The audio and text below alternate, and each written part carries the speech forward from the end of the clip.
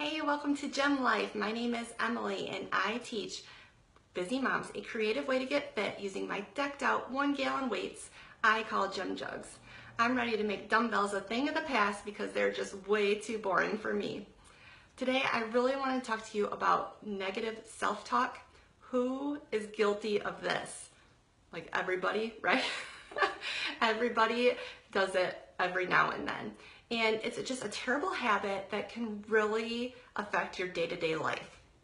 If you're always telling yourself that you're not good enough, you're not pretty enough, you're not slim enough or smart enough, maybe you just feel like you're a terrible mom because you had a fight recently with your child, all these things that just make us feel terrible inside, make us not have the confidence that we really want. Negative self-talk is the worst, and we have to stop doing it. I used to do it, and a lot of times I'd find myself comparing myself to others, or just not feeling good in my own skin. And the first thing you really need to do is acknowledge it. Are you doing this? And when? What is causing you to do it? So really pay attention to how you're talking to yourself. If you're looking in the mirror and just criticizing every little thing, or it can just be so many things that you're talking negatively to yourself about, but just start paying attention to when you're doing it and acknowledge it. Now it'd be great if we could just push it to the side and say, I'm not gonna do that anymore, but bad habits, it takes work to break them.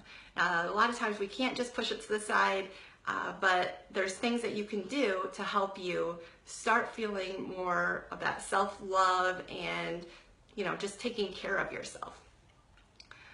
So acknowledging it is kind of the first thing. And then next is when you make a promise to yourself, keep it, right? You have to be able to follow through, at least for yourself. If you're making promises and then just not doing anything about it, you're not going to have confidence in yourself. You know what I'm saying? Basically, so if you're worried about fitness and you're not feeling like you should, health-wise, don't tell yourself, oh, I'm going to have six-pack abs by summer.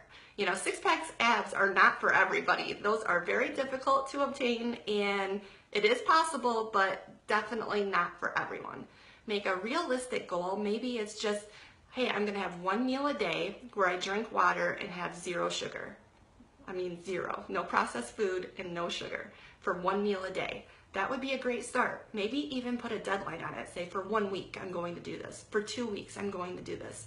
Start making small goals for yourself and following through. You are gonna feel so much more confident and you're gonna trust yourself. I mean, if we can't trust ourselves, who can we trust? Am I right here? I mean, give me a like or a heart here, because we have to trust ourselves.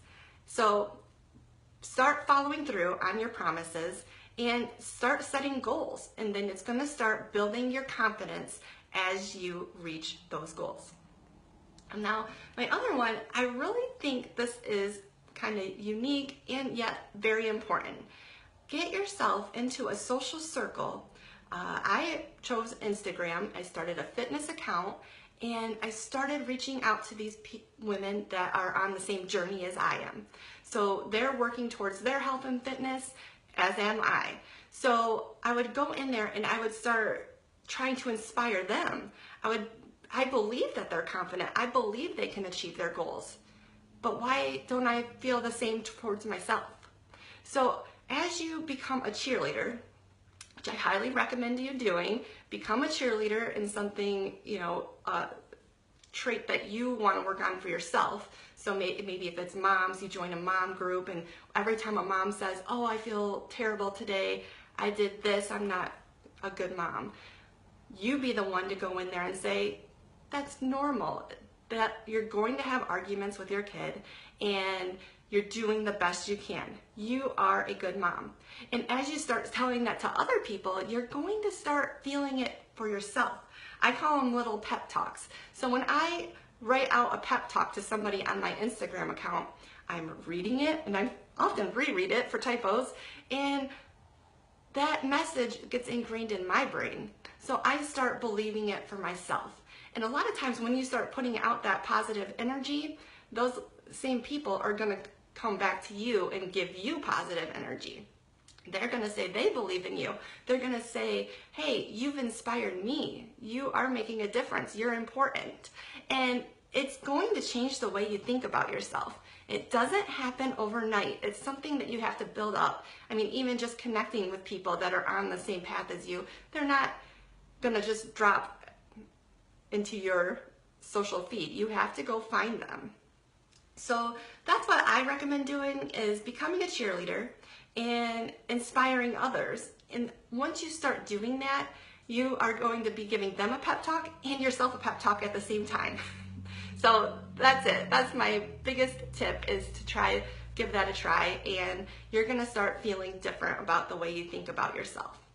And you're going to have a difference in your day-to-day life. So that's my tip of the day. If you found this helpful, please hit like or give me a share to somebody that you think needs to hear this message today. Really appreciate it, and I appreciate you. Thank you so much for joining me, and I hope to see you next time.